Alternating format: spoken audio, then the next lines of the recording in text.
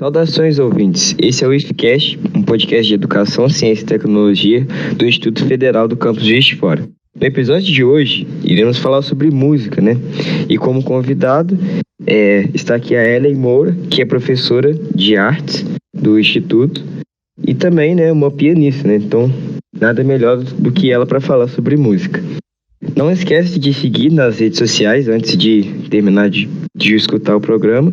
É @ifcast e escuta a gente na sua plataforma de streaming favorita. Primeiro, eu fiquei muito feliz pelo convite, fiquei muito honrada. Ai, que legal, né? Vou falar de uma coisa que eu gosto muito e que a gente pode ver se eu vou conseguir contribuir com vocês, né? De alguma forma. Mas falar sobre música é sempre muito confortável e muito bom. Eu nem vou falar mais, porque eu não vou parar, mas é muito bom estar aqui com vocês para a gente conversar sobre isso. Realmente é muito bom. Assim, no início, uma conversa a gente pensou, e foi até uma coisa que eu lembro que você, faz parte da sua matéria no primeiro ano, quando eu fui seu aluno, que é sobre os efeitos da música, assim, no corpo, sabe? Como física. Porque a música, né, é uma vibração, e a música, ela tem um conjunto de elementos, né? Então a melodia causa uma coisa, a harmonia causa outra, o ritmo, você escutar a letra, e isso é capaz de trazer emoção, né? De sensibilizar as pessoas. E, tipo assim, você poderia dizer um pouco isso? Tipo, os efeitos que a música traz na nossa mente, no nosso dia a dia, no corpo também, né, das pessoas.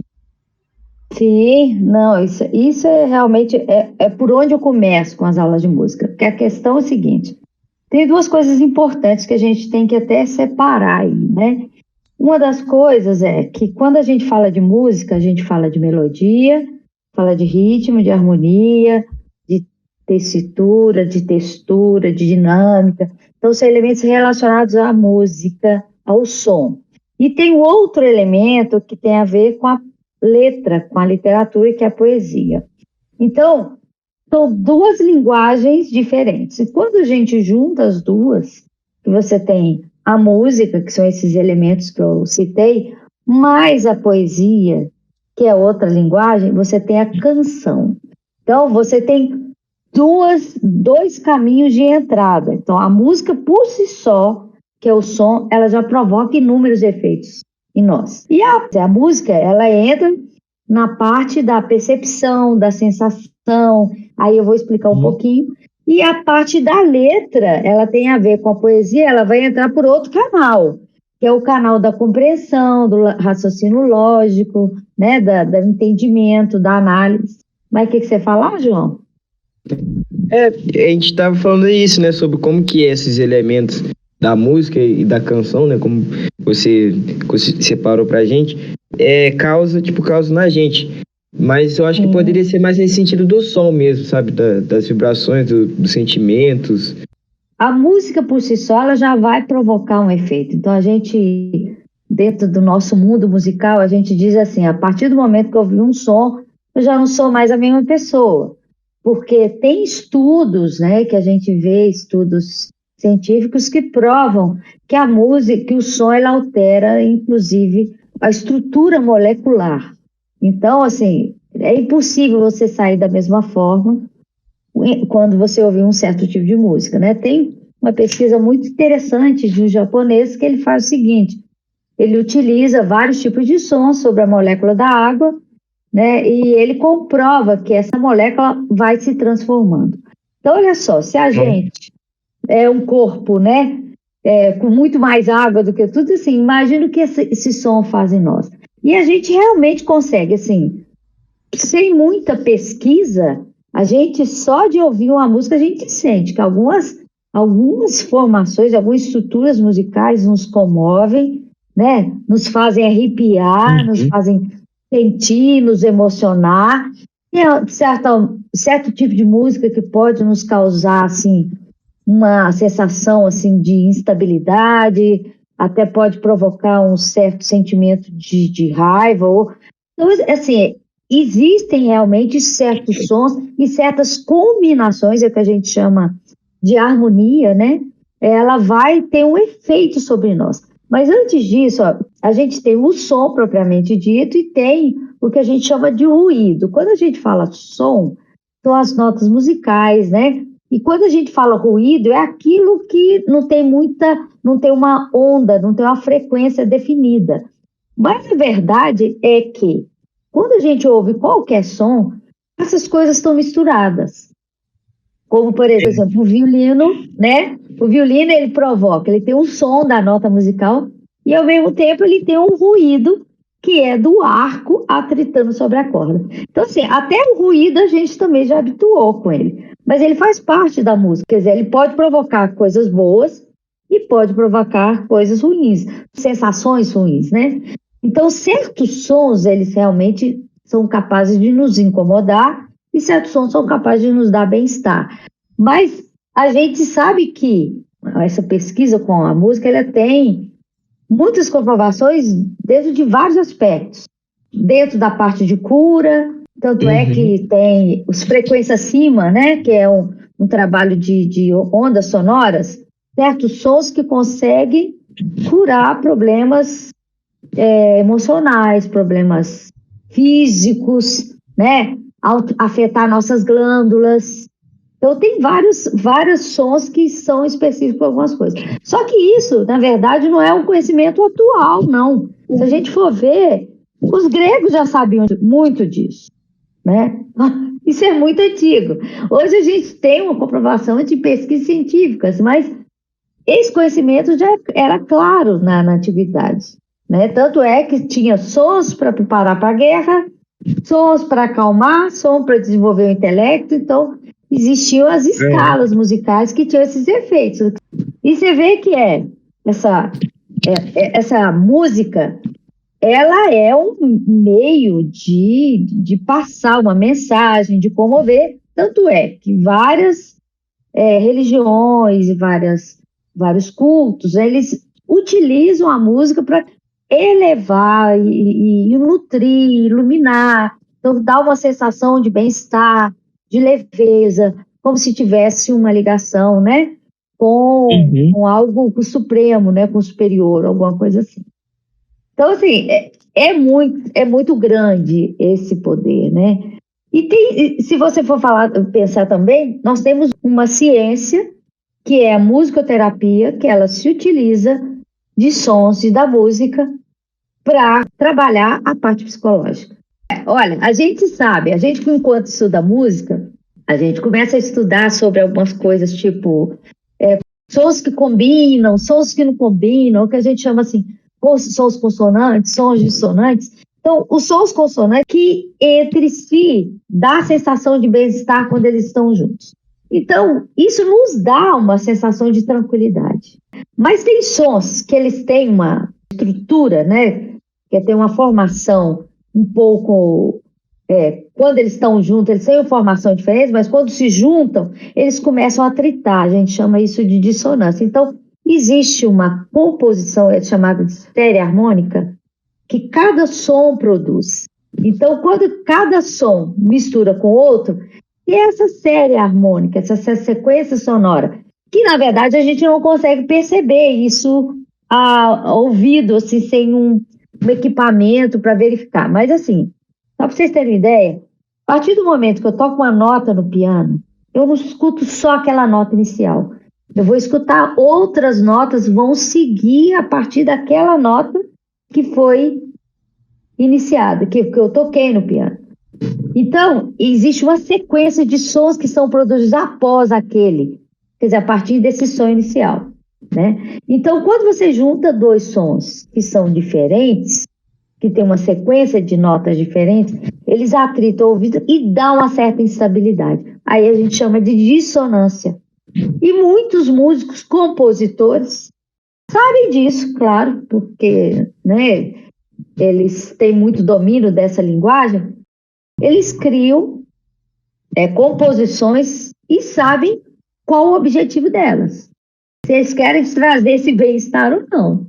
O que eles querem te provocar, né? O mesmo caso que tem um pintor. Ele pintou uma tela, ele vai saber dizer para você assim, qual o objetivo que ele teve com aquilo ali, né? Se foi tirar da estabilidade ou para te dar a sensação de tranquilidade, né? Cada um vai ter esse objetivo. E a gente vê, né, que dentro da musicoterapia, voltando ali, que alguns sons, algumas combinações, algumas construções musicais, né, com a combinação de harmonias, né, elas podem nos criar uma instabilidade. Então, eu vou sair de algo que está muito confortável. Quem tiver a oportunidade, eu deixo aí a dica de ouvir o Tristão e Isolda de Wagner, nos dá muito bem essa sensação de instabilidade, dessa dissonância constante, né, que não se resolve nunca. Quer dizer, é aquela dissonância que vai além. E essa sensação nos dá uma ansiedade. Então, se a pessoa já está com tendência muito ansiosa, ouvir algo assim, pode a coisa desencadear algo pior. Então, nós temos que estar preparados, né? Então, a música tem poder mais do que a gente imagina. Não só questão física, né, do corpo, mas, assim, a música, ela é utilizada até para tratamento de idosos com Alzheimer, porque ela nos remete a um momento muito específico de uma época. Então, quando a gente ouve uma música que foi muito importante na nossa vida, a gente consegue se lembrar do momento, se descuidar com quem estava com a gente consegue perceber, lembrar até do cheiro, da roupa, ele nos leva lá, essa música nos leva àquele lugar, né? Então, esse é um instrumento que muitos utilizam para trabalhar com as pessoas que têm Alzheimer. Então, você vê que tem casos eu vi um caso de uma senhora com Alzheimer que ela não conseguia se lembrar de nada, né? E de repente ela ouve a música, ela consegue lembrar da música e fazer algumas coisas até no piano. Ora, como pode, né? Então, algumas coisas parece que ficam aí. E ainda é uma incógnita pra gente, né? A gente ainda está descobrindo muita coisa, né? Do que essa música faz com a gente. Mais do que, com certeza ela faz mais do que a gente imagina, né? É porque me pega num meio que você não sabe o quanto é físico, o quanto é emocional, só que o emocional também é físico ao mesmo tempo, aí vai misturando tudo. Misturando tudo. É muito complexo, né? Mas é muito interessante. Sim, muito interessante. Não, eu até me lembro uma fala muito importante que diz o seguinte: o importante da música, da arte, não é para você ser um artista, nem para você ser um músico, é para você se tornar uma pessoa melhor. Então, acredita-se que, além desses, né, elementos que eu já citei, né, tanto é que o Shakespeare, que dizia que a pessoa que não tem acesso, não tem contato com música, não era uma pessoa confiável. Então, já acreditava. Você lembra disso? Então, já acredita que, né? Hoje a gente sabe que a música ela tem esse poder. Então, eles já acreditavam que realmente formava um caráter, que torna uma pessoa muito mais humana, muito mais sensível. A gente sabe que as pessoas que têm envolvimento com música, né, com arte em geral, são pessoas muito mais abertas para o mundo, né? Conseguem ser muito mais afetados pelas coisas que estão à nossa volta. Então, é muito legal, assim, é muito interessante você perceber e ver isso, né? É verdade. E assim, tipo, com toda essa complexidade, né, e também com toda a história da música, né, com toda a forma que ela foi, tipo, se organizando entre épocas, entre tendências de fazer som e de consumir. Mas assim, eu queria perguntar um ponto, que é se você acha que é possível ensinar uma pessoa a ter o hábito de gostar de música, assim, tipo, de consumir mais do que o normal, ou então ensinar uma pessoa a ouvir certo ritmo, certo gênero que é às vezes diferente do gosto dela? Você acha que é, tipo, impossível aprender a ouvir mesmo, a exercitar?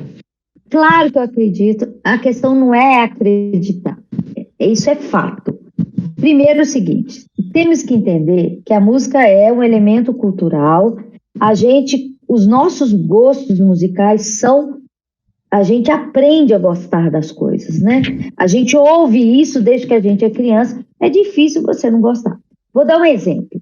Eu gosto de comparar muito com a comida, né? A nossa cultura gosta muito do arroz com feijão, né? A criança já, desde pequenininha, a mamãe já faz aquela papinha, aquela comidinha, e a criança vai acostumando a comer aquilo. E se a mãe for uma boa mãe, mesmo que a criança não goste, ela vai insistir de novo, porque ela sabe que aquilo é melhor para ela, né? Não, filhinho, vamos comer mais um pouquinho, vamos insistindo. O que vai acontecer? De tanta mamãe lá insistir com a criança vai acostumando com aquele paladar e vai absorvendo aquele gosto e aprende a gostar, né? É algo que tem que ser, você tem que investir várias vezes para a pessoa gostar. A música é a mesma coisa. Então, olha só, a gente está acostumado a ouvir certos gêneros musicais, certas músicas, então, quando vê, a gente está fazendo coisas sem até a gente ter escolha, que, na verdade, o que a gente gosta, fala assim, eu gosto, eu sou uma pessoa que tem posição, eu gosto desse tipo de música. Será que a gente gosta mesmo? Ou porque incutiram na nossa cabeça para a gente gostar? Repara Verdade. bem, quando você liga um rádio, liga um som, ou quando você vê um filme, existe uma música que está sendo passada ali a todo instante, você está ouvindo aquilo toda hora, né? Certos gêneros musicais, eu faço questão, eu não consumo música de rádio, mas para eu estar antenado o que está acontecendo, eu ouço rádio no meu carro. Então, eu fico reparando assim que há uma repetição de músicas, de canções, que, ora, mesmo que eu não goste, quando eu vejo, eu estou cantando. Você está me entendendo como é que é? Isso é construído. Então, se isso é construído pela insistência, a mídia faz isso com a gente. Existe uma estrutura dominante aí, que assim, que a gente é meio quase que, eu sinto assim, a gente é meio manipulado, né? Eles querem que a gente goste. É cultural, quer que a gente goste disso. Porque como há um reforço de certos músicos, de certas duplas, de certos cantores, e aquilo é repetido, repetido, repetido. Ora, todo mundo escuta, quando vê, todo mundo gosta, entre aspas. Então, esse gosto ele foi construído. Porque, se você for ver, por exemplo, em outras culturas, cultura indiana, eles gostam de outra coisa. Cultura japonesa, eles gostam de outra coisa totalmente diferente. Então, eu acredito, então, voltando lá na sua pergunta, isso é construído, né? A gente tem condições, sim. Eu tenho experiências, eu estou na profissão de professora de música há mais de 30 anos. Eu tenho provas de prática, assim, de experiência, e posso falar com todas as letras que o gosto musical, ele é adquirido e você pode aprender a gostar de várias coisas. Você não precisa deixar de gostar de certos tipos musicais, de certos gêneros musicais, mas você vai poder conhecer outros e apreciar outros. Essa que é a nossa chave, esse é o nosso trabalho, né? Eu tenho, e o primeiro passo para os meus alunos entenderem isso é eu abarcar o que eles trazem para mim enquanto música que eles gostam, né? E eu também ofereço outras. Então, eu sempre percebo que os alunos acabam saindo com um leque muito maior do que entraram. Isso é uma prova. Isso é uma prova de que a pessoa aprende a gostar. Eu sempre gosto de, tipo assim, uma coisa minha mesmo, né? De sempre me desafiar a ouvir outras coisas novas, sabe? Às vezes até mesmo do mesmo gênero, mas ouvir outros artistas, né? Artistas às vezes muito mais antigos, pegar um gênero que eu nunca escutei, mas vou escutar, e aí pesquiso sobre, porque eu gosto de fazer isso, né? Porque a música também, ela não é só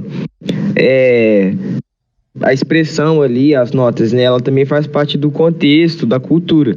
Então, às vezes, você pegar uma música de outro país, é bom você ver como que é a cultura do outro país, e aí você entende mais a música, um pouco mais da música, né? Tipo, o porquê, ou então a sensação que eles passam na música.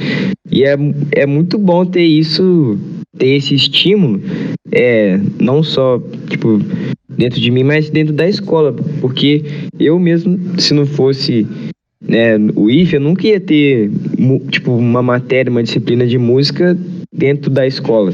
Isso sempre, tipo, caso fosse, teria que ser por fora, sabe? E às vezes nem todo mundo tem esse acesso, né? Você tocou no ponto muito importante, que é ensinar música na escola. Então, olha só, quando entrei no instituto, só gostaria de falar, abrir um parêntese, que assim, eu tenho formação tanto em artes visuais quanto em música. Então, eu fiz primeiro artes visuais, depois eu fiz música. E quando eu entrei no IFES, surgiu essa vaga, eu fui primeiro como colaboradora técnica, e nesse período eu fiz uma pesquisa com os alunos que eu já tinha contato ali, que eu ainda não estava dando aula. Mas o interesse era saber isso. Então eu tenho isso em dados, que era saber quantos alunos tinham tido música na sua formação e quantos alunos tinham tido outras áreas, por exemplo, artes visuais, teatro ou dança. Então, na formação básica, que ia até que na verdade o fundamental, que é até o 9º ano, a maioria tinha tido as artes visuais, né? Alguns tinham tido aula de teatro, artes cênicas, quase pouquíssimos de dança e quase nenhum de música. Ora, nós temos uma comprovação aí que é muito séria, né? E isso tem uma história muito grande, né? A questão é que a música, ela tem um histórico de ser uma área muito elitista. Primeiro, que é um conhecimento, um ensino muito caro. A gente sabe que só podia estudar música quem tinha dinheiro. Um instrumento, quem é que vai poder comprar um instrumento? Por exemplo, eu me lembro que eu comecei a estudar piano, eu não tinha piano, isso eu conto em sala de aula, que eu não tinha piano, eu só pude comprar piano depois de 3 anos, que meu pai foi economizando e me deu o piano de presente, eu para mim e para minha irmã. Como que eu estudava? Quando eu não poderia ir na casa da professora, eu construí um piano de papel, eu treinava piano de papel. E, olha, isso mostra, assim, a dificuldade. E hora que eu era, né? Meu pai foi bancário, é uma classe média e com essa dificuldade. Portanto, grande parte da nossa população não vai ter acesso a isso.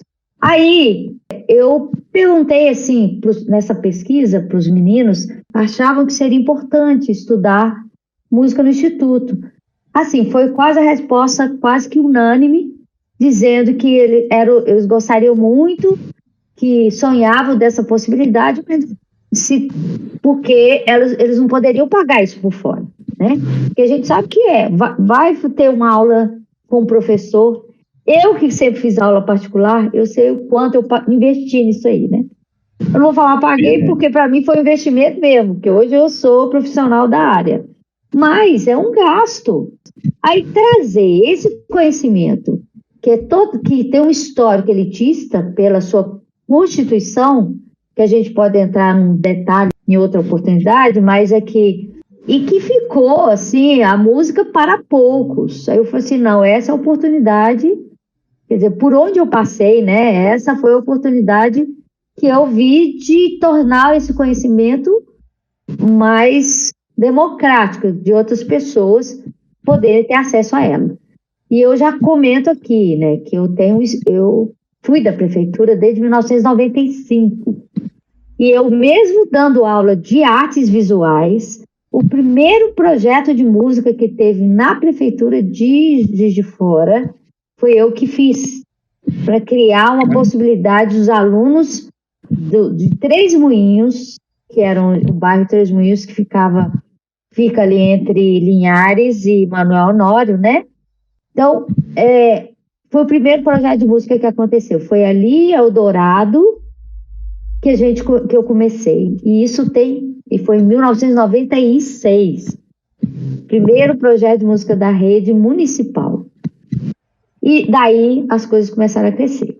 Então, olha só, eu vejo essa importância da música estar no Instituto, vejo como que todos os alunos vejam essa importância, os meninos sempre estão atrás de mim. Ô, Ellen, como é que é? Vai ter um projeto? Vamos começar, né?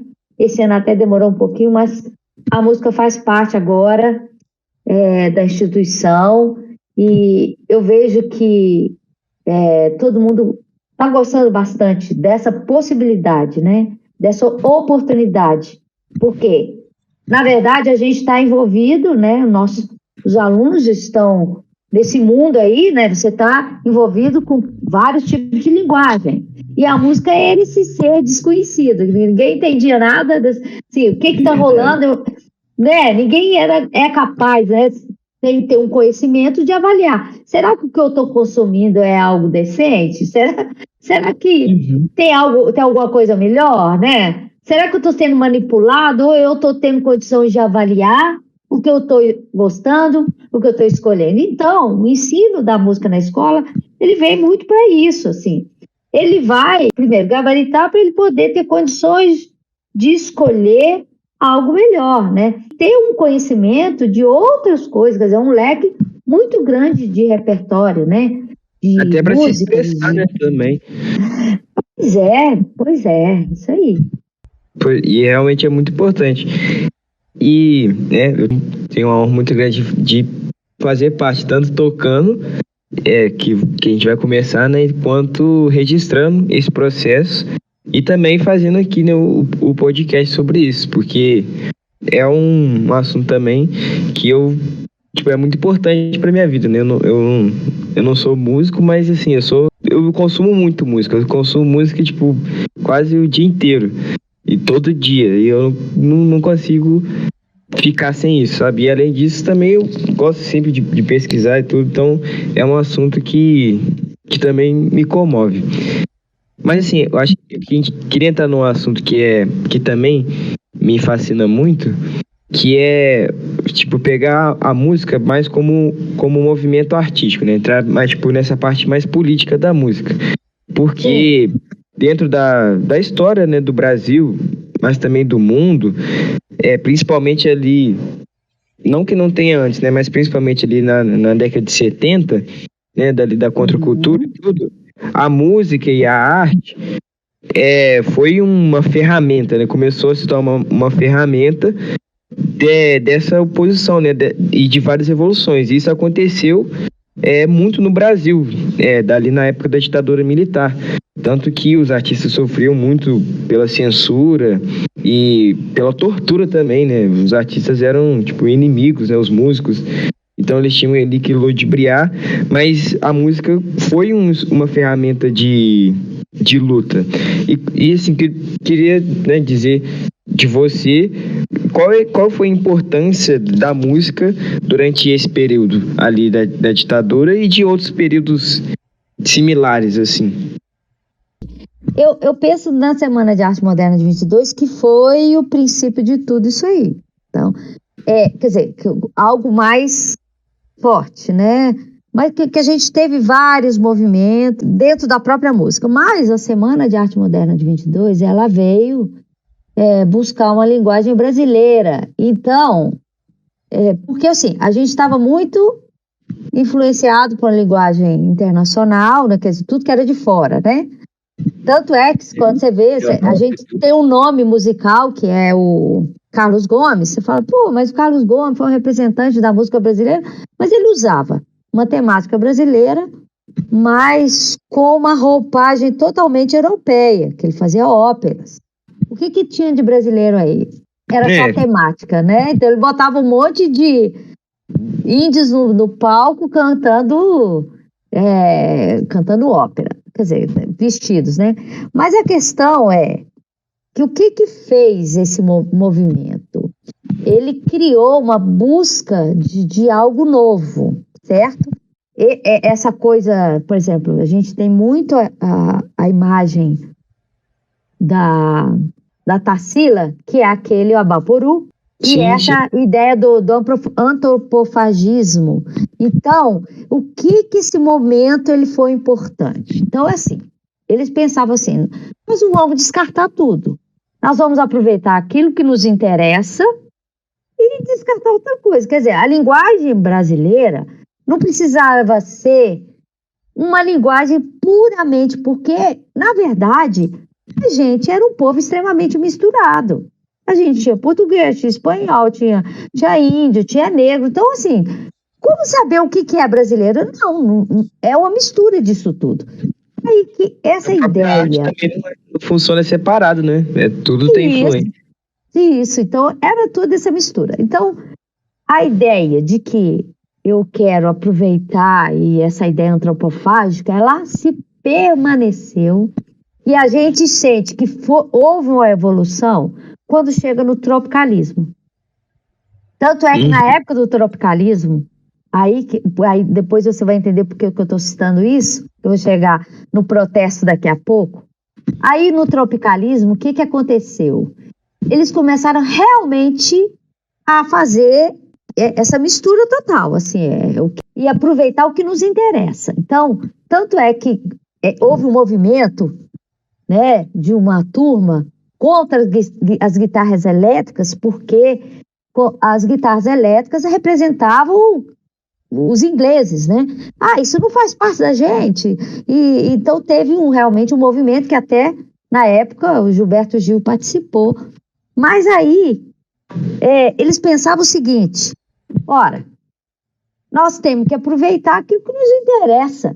Então, o que aconteceu na Tropicália? Você encontrava as guitarras elétricas que faziam parte do movimento dos Beatles na Europa, você encontrava o berimbau lá da Bahia, você encontrava os ritmos do shot, do baião, você encontrava de tudo ali.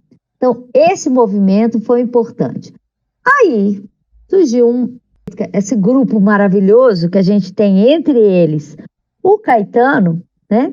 Perceberam que a música era um canal também para passar mensagens, certo?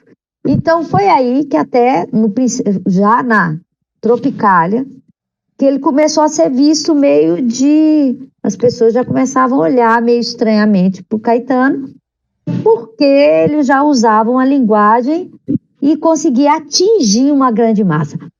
Aí começaram a perceber, puxa, que poder que esses músicos têm, né, para chegar nesse povaréu todo. E aí eles perceberam, né, que eles poderiam, aí que chega nas músicas de protesto. Olha, a música então é o nosso canal. E nós temos, assim, um bom representante, né, que é o Chico Buarque, que tem várias músicas, várias canções, né, com esse objetivo, né, de chegar na massa, chegar no povo. Foi aí que deu esse problema todo. Porque realmente a música chega, né, a gente sabe que ela vai para todo lugar. Então ela virou um canal e esses músicos, né, esses que tinham a bandeira de protesto, de querer reivindicar os direitos, né? Viram isso como um meio. E, em contrapartida, o governo percebeu que seria um problema, né? Já que eles tinham a massa junto com eles, né? Então, o governo não poderia permitir isso, né? Então, virou realmente um instrumento, virou uma bandeira, e a gente tem uma música que ficou como... a bandeira mesmo desse movimento, que é aquela, para não dizer que não falei das flores, né? Caminhando e cantando e seguindo a canção, somos todos iguais, braços dados ou não, virou um hino mesmo de protesto. Então, é bem por aí. Então, existe essa história e a gente vê, aqui a gente cai agora, João, na primeira pergunta que você me faz, que é o poder que a música tem, né, sobre as pessoas. Então, aí é uma constatação nesse momento de que a música tem muito poder sobre as pessoas, né? Tanto é que virou um canal de conversa, né, de expor os pensamentos E os artistas, coitados, né, eles ficaram prejudicados e não ficaram muito tempo calados, né? A gente tem a história do Geraldo Vandré, que sumiu do mapa, não quis mais saber de música, ele ficou realmente muito, muito deprimido com essa história toda. Chico Buarque estava numa turnê, falaram para ele, ó, não volta não, senão você vai ser preso. E aí a gente já sabe a história, né, desses artistas que tentaram defender o que nos pertence, que é o direito de falar, de buscar, né, de expor nossos pensamentos, que eu acho que as pessoas não podem nos calar, nós temos que ter esse direito, né? E a música foi o canal para isso tudo, né? Com certeza. E essa história aí também que foi iniciando o processo do MPB, né? Que é um movimento musical totalmente brasileiro e que é, assim, encantador a história de todos os artistas, né, que representam ela, e também que mostra a música do Brasil, sabe? E foi quando começou a ser conhecida internacionalmente, né? Como sair do mapa só local. E eu queria entrar um pouco disso, né? Quais são as vertentes? Porque MPB não é um tipo só de som, né? MPB é música popular brasileira, mas digamos que tem várias vertentes, né? E quais são essas vertentes que existem dentro do MPB? Esse termo MPB, ele surgiu na época dos festivais, né? Os festivais da Record, né? Quando a gente viu, então começaram a aparecer esses nossos grandes artistas, né? O Caetano, Gilberto Gil, Chico Buarque e tal. Então esse termo passou a ser definido, a música popular brasileira. Se você for pensar, a música popular brasileira é tudo isso. Então, dentro disso, se você for em cada lugarzinho do Brasil, e o Brasil ele é muito rico nessa diversidade musical, a gente tem desde o samba, que está tão próximo, né? Porque a gente está aqui do lado, aqui no Rio, né? Que o samba ele nasceu no Rio, não nasceu na Bahia, mas assim, essa mistura, né? Do ritmo. Na verdade, o samba ele tem uma história, quer dizer, se você for ver, todos os gêneros musicais têm sua história. Mas o que a gente tem aqui, né? Que a gente ouve bastante? Você tem o baião, você tem as músicas do Sul, que tem muita mistura com gêneros alemães, que até tem as chulas, né? Tem os ritmos ali do centro, no centro-oeste. Você tem, além do samba, eu vou falar um outro gênero musical também muito importante, que é o choro, que o choro basicamente está no meio do caminho. Muitos conhecem por chorinho, né? Mas a gente não usa o termo chorinho porque sempre o diminutivo é depreciativo, né? Mas tudo começou, se você for ver, por um elemento que a gente tem, que veio assim, dessa batida do lundu, né? Que fez o baião, que chegou no samba e que chegou, como você falou, que extrapolou os muros, né? Os muros do país, né? Que no caso da Bossa Nova. Então, e aí a gente tem, olha para você ver que a gente incorpora, porque na verdade todos os gêneros musicais, desde que você tem, né, o sertanejo, né, hoje a gente até brinca de fala assim, tem o sertanejo tradicional, tem o sertanejo universitário, tem o caipira, né, porque na verdade qualquer movimento artístico, ele não para no tempo. Né? Ele vai sofrendo transformações e vai assimilando outros elementos e vai se transformando em outro gênero musical. Né? Nada é puro eternamente. Vai misturando. Então, você tem o samba rock, você tem outros gêneros, como no caso aconteceu com a Bossa Nova. O que rolou com a Bossa Nova? A Bossa Nova você tem o samba, né? Só que o que o João Gilberto fez? Na verdade, ele pegou o ritmo do samba e utilizou uma harmonia um pouco mais rebuscada, que era a harmonia utilizada no jazz, com algumas dissonâncias, e trabalhou essas dissonâncias e misturou essas dissonâncias num jeito muito próprio dele de tocar o samba. Aí foi chamado de bossa nova. É o que a gente tem hoje, que na verdade, então, o que é a bossa nova? É o mistura do jazz com o samba. Aí tem um monte, e cada hora tá aparecendo um novo, né? Hoje eu sou, na verdade, eu me sinto até assim, incapaz de falar tudo que tá aparecendo por aí. Que meus alunos um dia eles trouxeram para mim, tipo, tem o rap, mas tem o trap. Falei, gente, o que é o trap? Aí a gente vai ver o que tá acontecendo. O que tá acontecendo com esses gêneros musicais. Eles vão se transformando mesmo. É isso. Nada é puro, tudo é misturado. E as coisas tendem a ter essas mutações e vão acontecendo. Então, a gente está, ao mesmo tempo, então, a MPB, eu entendo como tudo isso aí, né? Na época dos festivais é que teve surgiu esse nome, mas se você for ver, desde o axé, você tem o funk, você tem o baião, você tem as valsas brasileiras, você tem, tudo que foi feito ali dentro, tudo que foi feito aqui a gente pode chamar de MPB. Só que existe um grupo que defende a MPB como algo um pouco diferente, mas assim, eu entendo como algo bem amplo, né? É até difícil de definir. É verdade. E tem muito disso, né? Que o Brasil é justamente isso. Ele se torna único dentro da diversidade, né? Isso acontece, obviamente, com a música, com a cultura e com todos os aspectos, né? Com a arte, principalmente, né? Porque a arte é a expressão da cultura do povo naquele tempo. As modificações do que esse povo incorpora. Você vê na comida, né? Hoje você tem comida japonesa com elementos brasileiros ali já. É verdade. Então, pensa isso na música. É isso aí. É isso que está acontecendo. É verdade, é muito interessante. E me veio aqui uma pergunta, não uma pergunta, né, mas assim, um tema que me veio aqui na hora que eu acho interessante, é que também a gente fala um pouco sobre o jeito de ouvir música, né, tipo, de ouvir e de produzir.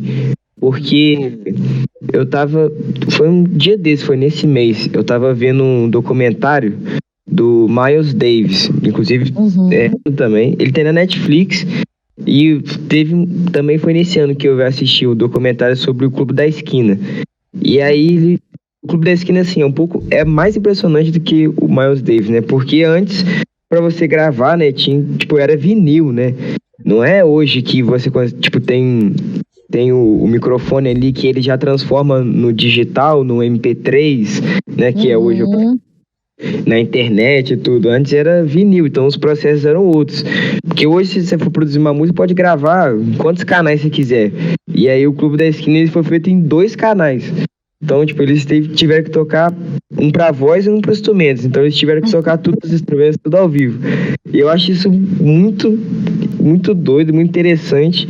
E aí eu volto no Miles Davis porque é maneiro, porque ele pegou os dois, né? Ele pegou essa época de, tipo, ter que gravar tudo ao vivo sem errar. E pegou essa época mais moderna, que ele podia parar, gravar só aí gravar agora, tipo, essa melodia. Eu acho isso muito interessante, porque essa indústria, né, tanto de produzir pro artista, tanto de consumir, que, né, foi passando pro CD, pro DVD, e hoje pra internet, eu acho isso muito interessante e muito peculiar, porque hoje, tipo, é muito mais fácil, né, você ouvir música hoje em dia. Fica muito melhor de você apreciar. Porque, por exemplo, antes, se eu quisesse ouvir um jazz da Alemanha, eu tinha que ter o vinil. Hoje eu posso pesquisar e eu consigo fazer com que isso faça parte da minha vida muito mais fácil do que anos atrás, sabe? Sim, não, esse acesso é fantástico, né? Essa evolução. Hoje você tem, né, tanto na produção, era muito difícil a pessoa produzir um disco, né, o disco vinil. Então você tinha que estar sempre em contato com gravadora e E, na verdade, quem que acabava produzindo era o cantor que chamava. Os músicos. Acabava que o compositor, ninguém nem sabia quem que era o compositor da música X, né? Verdade. Porque a gravadora ela precisava vender. Então tinha que ser as pessoas que estavam aparecendo. Então a música sempre ficava a cargo do cantor, é ele que vendia. Hoje você tem acesso, assim, o próprio compositor, ele tem acesso à gravação e pode fazer sua música na própria casa. E existem, assim, situações que eu acho assim, tem seu lado bom e seu lado perigoso, né? Porque hoje você não só tem acesso às coisas, mas aos mecanismos, ao equipamento, como a tecnologia, né, que vão facilitar você a produzir esse material, né?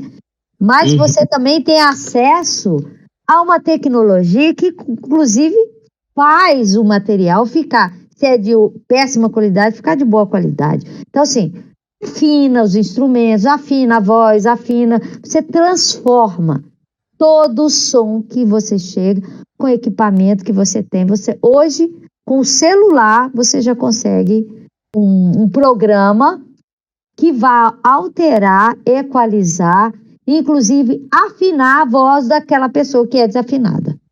Entende? Olha só. Então, acaba que o músico não é só aquele músico que a gente tinha em mente, né? Quem sabe faz ao vivo, essa ideia que a gente tem. É isso mesmo. Quem sabe faz ao vivo. Quem não sabe tem que ir para o estúdio consertar, né? E antes era assim, a pessoa que gravava era quem sabia fazer. Hoje qualquer um faz. É um negócio que eu falei, há o lado perigoso da história, né? Então, se eu quiser cantar, gente, existem, sim, eu vi assim, eu consigo alterar a voz da pessoa, a afinação, o timbre, todos esses elementos e tornar a voz da pessoa, assim, aquela coisa. Então, fica aquela coisa construída em estúdio, né? Até que ponto? Assim, não mostra a questão musical, mostra mais o domínio de uma tecnologia do que a técnica da música, verdade. Exatamente. Então eu acho um lado meio perigoso. Mas você parece que ia até perguntar outra coisa, eu acabei entrando por aí. É isso mesmo. Tipo, de comparar, né, esse salto de como que era tanto o mercado, tanto a produção de antigamente para hoje e como que isso é muito rápido, porque tem tipo, alguns gêneros musicais que tem nem 100 anos e isso já tem muita coisa, eu acho isso muito interessante. O tempo hoje é um negócio que não tem como a gente ter muita noção até do que acontece, é rápido demais, né? Quem é da área da desenvolvimento de sistemas sabe muito mais do que eu, né? Então, as coisas, esse desenvolvimento é muito rápido, vai além das nossas possibilidades de acompanhar, né? Por isso que a gente acaba ficando, se descuidar, a gente fica para trás de um dia para o outro.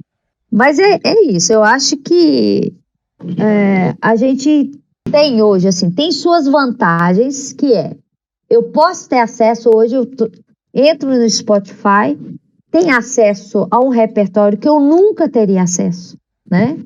Gravações que eu nunca teria condições de ouvir. Então, isso é o lado positivo dessa história.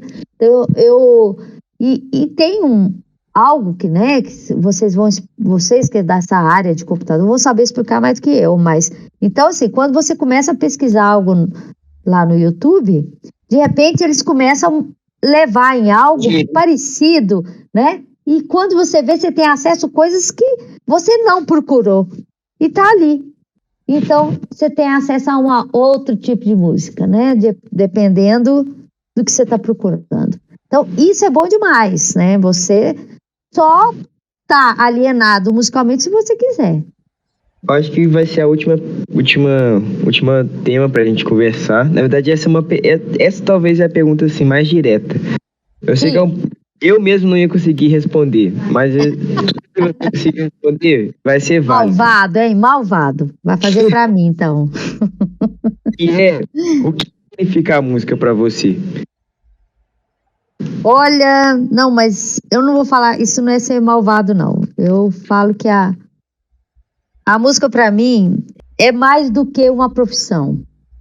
Eu me sinto uma pessoa privilegiada por poder trabalhar com algo que me pertence desde que eu sou criança.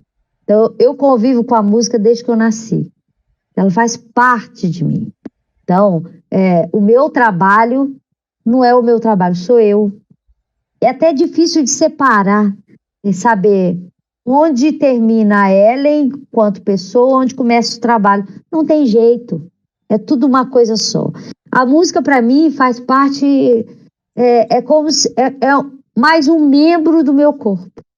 Faz parte da minha pessoa, faz parte da minha personalidade, é o meu respirar, é o meu andar. A música está na minha cabeça o tempo inteiro. Tudo para mim é música, né?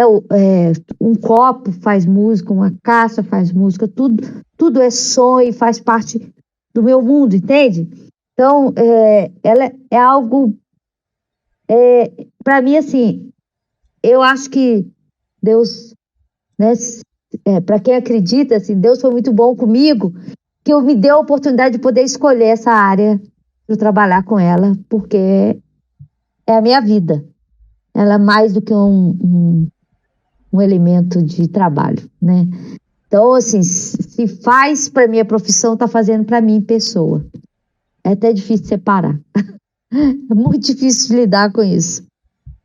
E eu até tenho uma história, assim, que umas histórias de conviver com a música, e eu acho que para mim a música foi tão importante, que eu acredito, isso é crença mesmo, que eu acredito que a música é importante para todo mundo também, que ela pode afetar as pessoas também e trazer essa sensação de bem-estar como ela traz para mim. Então, para mim é difícil não conviver com música mais, não tem jeito. Eu sinto que, assim, a partir do momento que a música entra na vida das pessoas, ela não tem jeito de sair mais. Então, eu tenho um histórico de que meu pai sempre tocou violão para mim desde pequenininha. Eu ouço ele tocando, cantando. E tenho uma gravação que com 4 anos ele gravou uma fita cassete, que eu sou antiga, tá? Fita cassete. E ele pegou o violão, começou a tocar lá o Capelinha de Melão. Só que o Capelinha de Melão, ele pegou uma tonalidade que não era muito boa para minha tessitura, né? Eu era voz de criança, voz agudinha. Meu pai pegou uma tonalidade mais grave, que é o que ele cantava, o que ele sabia. E eu ficava tentando achar o tom da música com 4 anos. Tem a gravação assim, capé, capé, capé, capé. Então, assim, não dá para separar. A música faz parte de mim, faz parte da minha vida. Meu momento de lazer é tocar, certo? Tanto é que eu não consigo, eu ainda brinco com todo mundo que eu ensino um pouco de música, eu faço, gente, quem aprendeu um pouco de música não é mais a mesma pessoa, não é possível. E você não consegue mais frequentar alguns locais que tem música porque o seu ouvido passa a ser diferente. Você vai ser uma pessoa mais exigente, mais crítica, vai começar a selecionar. Então, você começa a ver tanto coisa boa quanto os defeitos. E eu falo assim, olha, então bem-vindo ao mundo musical. É isso mesmo. Quem faz parte desse grupo, a gente tem isso. Mas o meu prazer, o meu descanso é música, o meu prazer é tocar. E é isso. É difícil separar. Tudo uma coisa só. Com certeza. Pô, eu achei que ia ser mais difícil, porque pra mim, eu não consigo definir isso. Mesmo, óbvio, não tendo uma carreira tipo a sua, eu não consigo colocar em palavras o que significa, assim. Mas eu achei bonito você dizer isso. E foi um depoimento muito bom pra finalizar esse episódio. Legal. Obrigada. Falar em música me emociona, né? E eu espero que, assim, eu gostaria realmente que todas as pessoas pudessem vivenciar momentos musicais e se sensibilizar com eles, se emocionar, arrepiar, né? E isso mostra quanto que você está se envolvendo e está podendo curtir e apreciar essa linguagem que eu acho que, segundo Wagner, é a linguagem universal, né? É isso.